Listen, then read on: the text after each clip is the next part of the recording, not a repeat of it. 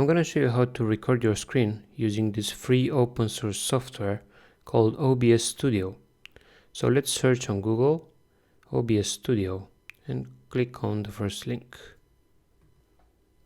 I'm gonna choose Mac OS here because this is what I'm using, but you can choose whatever you are using.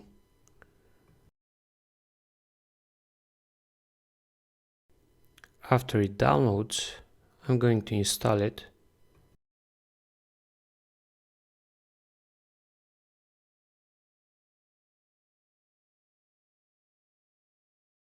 And also eject the installer. Let's open it up.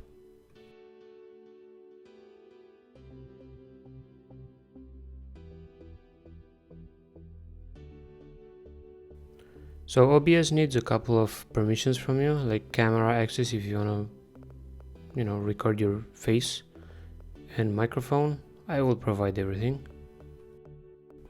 Some screen recording preferences. This is for Mac only, as far as I know.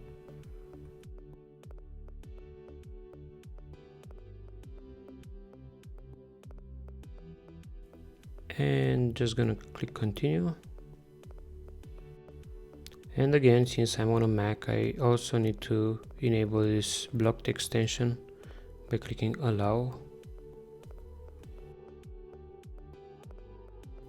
OBS can also be used for streaming, like on Twitch or when you're gaming, but we will choose optimize just for recording because this is our target. You can play with the settings here if you want, just the resolution and such, but I'll just leave them like this. For Mac, I have to quit it because I gave it permissions to record my screen and open it up again. You don't have to do this on a Windows or a Linux machine. So now you can just add a macOS screen capture. I mean, it can be any screen capture. And that's about it. You can choose display capture, like all display, or just some window capture. But I'll just choose display capture because I want to record all my screen. And you can choose to show the cursor when you're recording or not, but I like it to be there. And now just adjust this to be inside the view. So my resolution is pretty big, it's more than full HD, so I'll have to resize it to fit into full HD. Just like this. And now you can just press start record. And here I am recording. This is the actual footage. This is what I recorded right now when I clicked.